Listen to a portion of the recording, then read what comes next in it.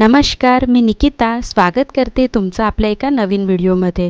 तर ताईंनो, आजच्या व्हिडिओमध्ये घरासमोर पाणी शिंपडल्याचे काय महत्त्व आहे, त्यासोबतच घरासमोर हे पाणी कधी शिंपडायचं आहे हे देखील तुमच्यासोबत शेअर करणार आहे। व्हिडिओ शेवटपर्यंत नक्की पहा। गावाकडे अजूनही आपल्या आजीचं आईचं सकाळी लवकर उठून एक महत्त्वाचं काम असतं आणि ते म्हणजे घरासमोरील अंगण स्वच्छ करणे। सकाळी अंगणात पाणी शिंपडून सडा टाकणे, कारण यामागे विविध प्रकारचे शास्त्रीय कारणसुद्धा आहेत। आपल्या घराचा मुख्य दरवाजा हा नेहमी स्वच्छ असावा, तसंच मुख्य दरवाजाजवळ कचरा करू नये। कोणत्याही चांगल्या गोष्टी या आपल्या मुख्य दारातून प्रवेश करतात। आपल्या घरात येणारी माता लक्ष्मीसुद्धा आपल्या घरात किंवा मुख्य दरवाजासमोर कचरा घाण असेल तर तिचं आगमन घरात होत नाही।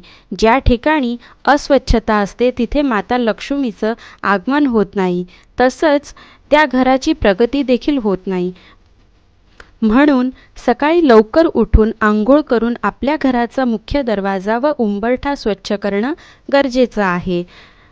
दाराच्या उंबरठ्यावर तांब्यामध्ये पाणी गुलाबजळ घेऊन पाणी शिंपडायचे आहेत। जर गुलाबजळ गंगाजल नसेल तर नॉर्मल साध्या पाणीने आपण पाणी शिंपडलं तरी चालतं, कारण रात्रभर जी नकारात्मकता आपल्या उंबरठ्यावर तयार झाली असते ती घरात प्रवेश करत नाही। त्यानंतर मग आपल्याला रांगोळी, दिवा, धूप, दीप करायचा आहे।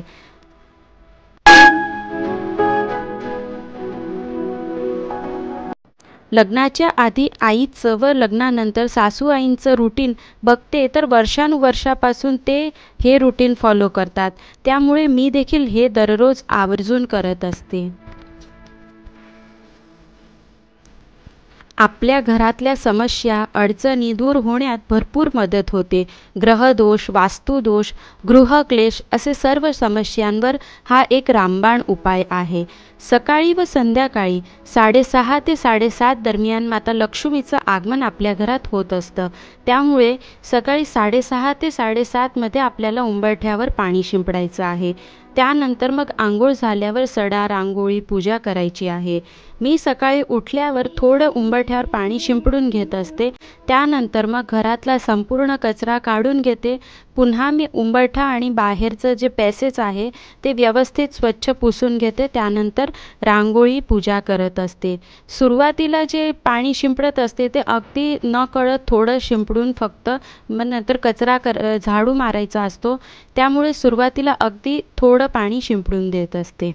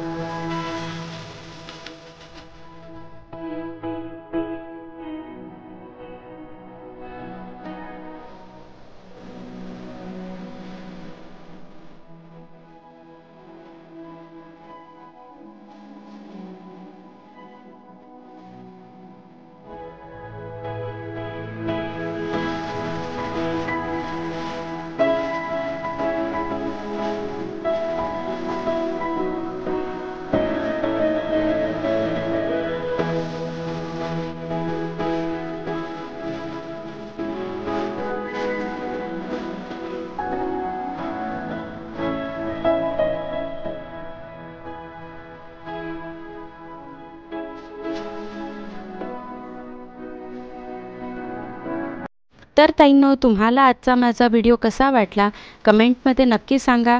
व्हिडिओ थोडा जरी आवडला असेल तर चॅनलला लाईक, शेअर, सबस्क्राईब करा। भेटूया अशाच एका नवीन व्हिडिओमध्ये, तोपर्यंत बाय बाय। व्हिडिओ बघितल्याबद्दल खूप खूप धन्यवाद।